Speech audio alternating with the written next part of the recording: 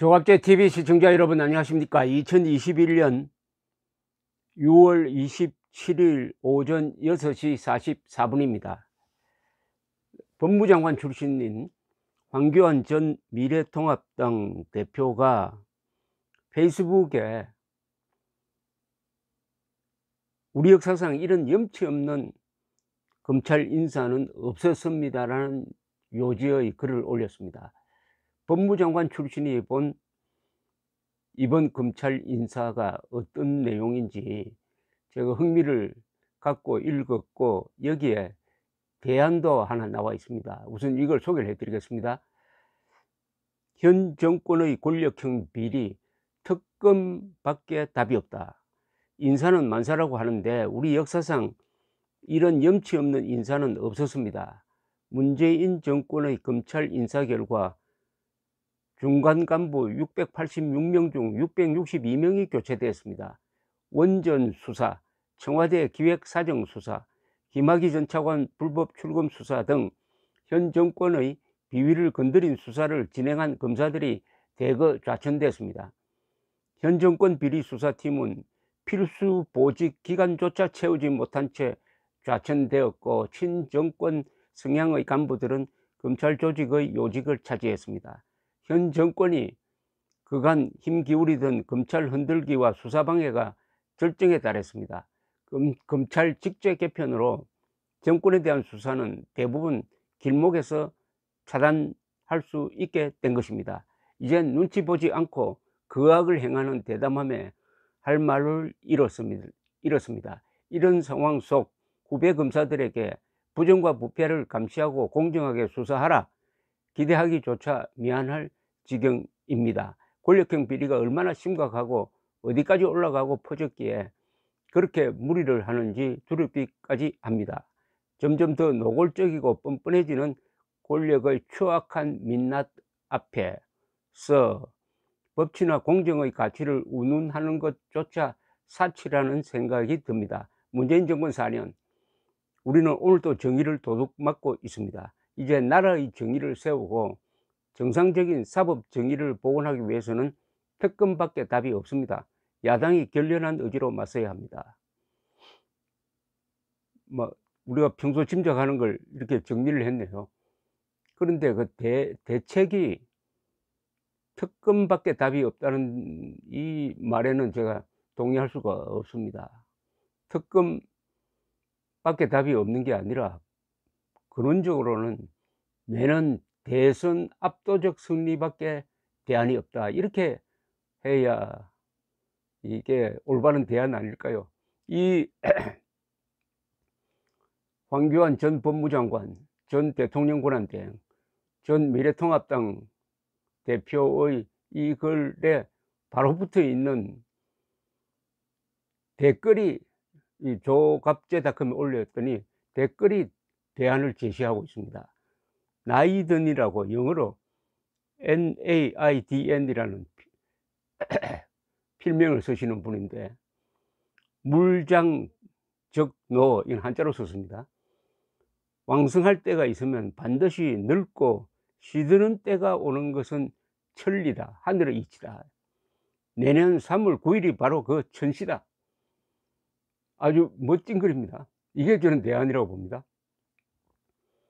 물장적노, 왕성할 때가 있으면 반드시 늙고 시드는 때가 오는 것은 하늘의 이치다. 내년 3월 9일이 바로 그 천시다. 그렇죠. 바로 이게 대안입니다. 특검이 대안이 아니고 이게 대안입니다.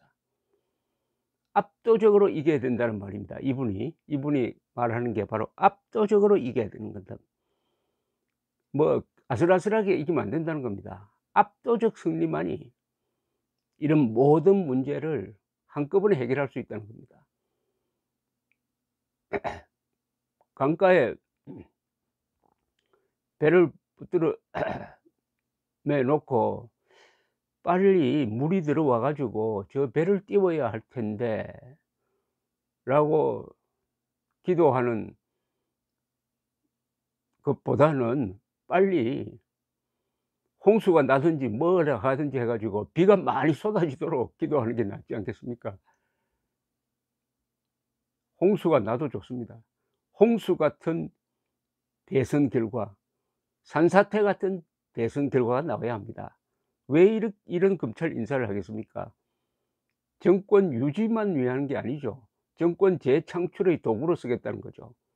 앞으로 윤석열, 최재형 등등 이런 사람들 뒷조사를 하고, 그리고 야당 인사들에 대한 수사는 막고 해 가지고 이 선거에 영향을 주겠다는 거, 선거용 검찰 인사라고 봐야죠. 그리고 나중에 아슬아슬하게 뭐 이렇게 지면은 반드시 법으로 걸 겁니다. 고소 고발 아니면 소송 등을 통해서 그 결정권이 검찰, 법원, 김명수 대법원장 하의 법원, 그리고 믿을 수 없는 저 헌법재판소, 그리고 선거관리위원회 이런 데 넘어가도록 만들어 가지고 저도 정권을 내어놓지 않겠다는 포석으로 봐야죠. 그렇다면은 특검이 대안이 아니고요. 압도적 승리만이 대안입니다. 압도적 승리로 이 인사를 뒤집어 버리면 됩니다.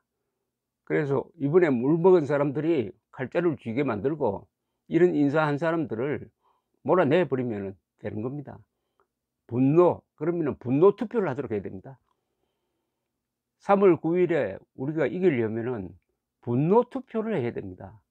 분노 투표 앞에서는 정책도 조직도 무너진다는 것이 지난 4월 7일 선거의 교훈입니다.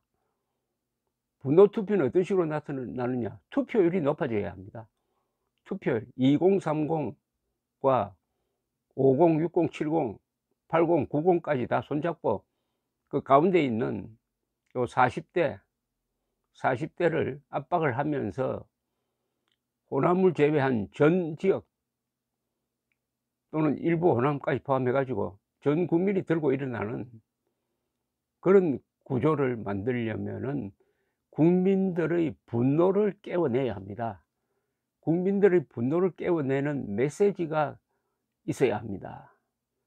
이 관료들이 하는 이런 이야기 말고 이것은 역시 훌륭한 정치적 자질을 가진 사람, 그리고 언론인 이런 사람들이 이 메시지를 어떻게 하면 국민들을 분노하게 만들 거냐, 메시지를. 그리고 내년 선거는 결국 문재인 심판입니다. 뭐 미래를 보고 투표하자 그런 이야기 할 필요가 없습니다. 과거를 보고 투표를 해야 됩니다. 과거를 보고 지난 4년 동안 무슨 짓을 했느냐를 보고 결정을 하자고 해야지, 무슨 정책 이런 이야기 할 필요 없습니다. 공약한다고 해서 지켜질 리도 없습니다. 과거를 보고 투표하자. 문재인 제2기냐,